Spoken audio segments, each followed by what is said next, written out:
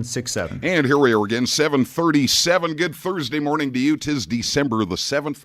Little fresh this morning, -9 downtown. We've got the coach and GM of the GoldMiners in studio with us this morning. Ryan Wood climbs aboard. Good morning. How are you? Morning, guys. You look like the fresh air has you wide awake this morning. Oh yeah, I'm just tickled how nice and warm it is outside. You got a nice warm Wait jacket, till next though. week.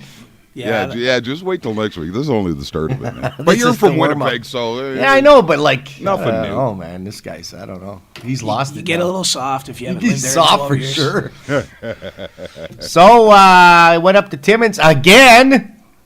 Yeah, third time in 11 days. No big deal. Holy cow. So you get a big win, and again, Ryan Winter, who's had some big games in net for you, 39 of 40 saves and a 3-1 win. Yeah, it was a great game for him. We did a pretty good job of keeping, majority of the shots from the outside. So, that makes a goalie's job pretty easy, and you just got to stop the ones you're supposed to. And the goal they did score, he made the initial save. It was a rebound, scramble goal. So, one of those things. Yep. So, there's not much you can do about that. You mentioned the rebound scramble goal. He didn't give up a whole lot of rebounds. There weren't a whole lot of second chance opportunities for Timmins the other night. No, he was a vacuum cleaner. His rebound good. control was really good, for sure. So, just quickly looking back to the following weekend, you played the number one team, Powassan, lost a tough one in overtime at home last Saturday night. So, Ryan, how do you judge your team's performance and how they looked against the number one team by far in the league so far this year? You know what? I thought our work ethic was amazing against those guys. It was one of the first times where I thought we went into a hockey game and didn't go, man, we're playing Powassan. Yeah. The guys actually really wanted it. And they're really starting to figure things out the way they need to. So, yeah, it was very important for them to. It was almost kind of a get over the hump there type of a game. So hopefully it continues when we play against them going forward. Now, one new face has been in the lineup the last couple of games, and then we're going to meet another one tomorrow night for fans heading up to Cochrane or watching on Hockey TV. Josh Main has joined the club. Get a couple games under his belt now. Yeah, Josh is a 2000 birth year. Played U18 AAA in the Honey Baked organization in Detroit. He's from Windsor.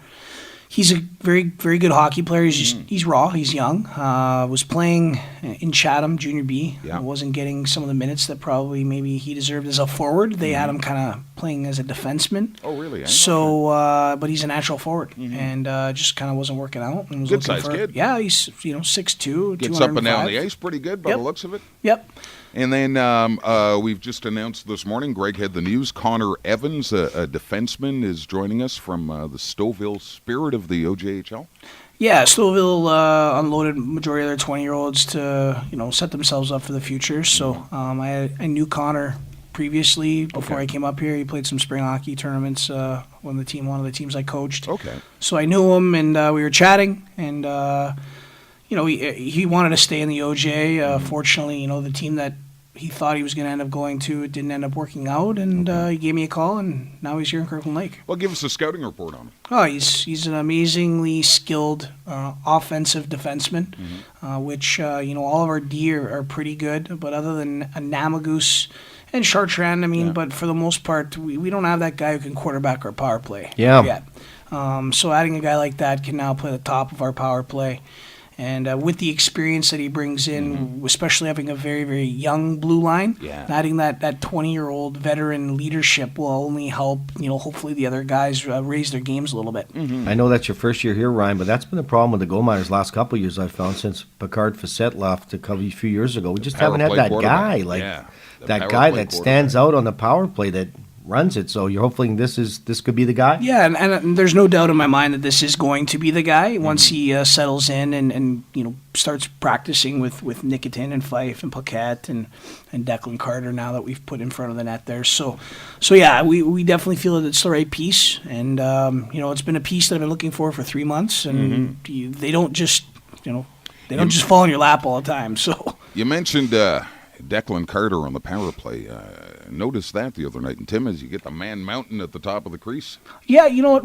Declan works really hard, and we felt that his ability to puck retrieve, when we do lose it on the power play, and him just going in there and crashing and getting it back, his urgency is really good, and that helps a guy like Fife and Paquette. So So I think it'll help the power play continue to maintain good possession.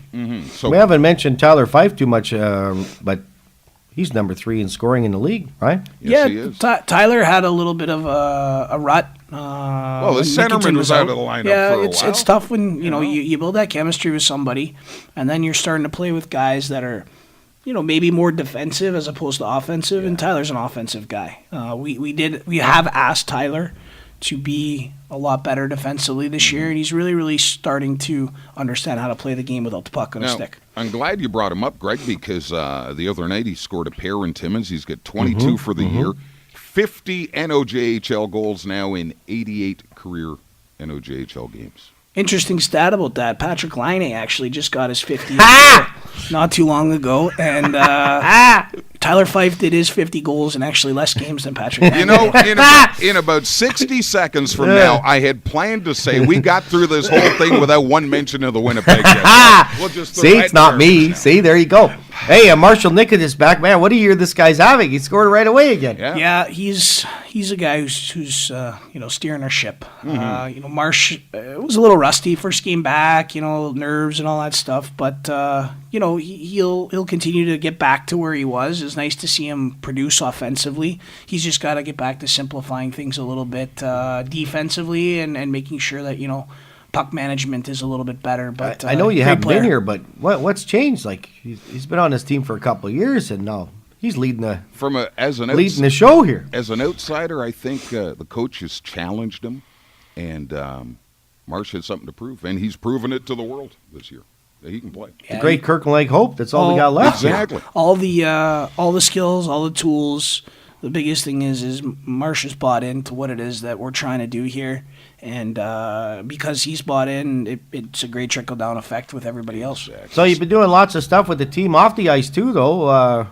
I noticed you're at the fire hall on the weekend, most of the guys. Yeah, the boys were having some fun with Santa and whatnot, and the kids. The poor rookies had to dress up in the mascot stuff.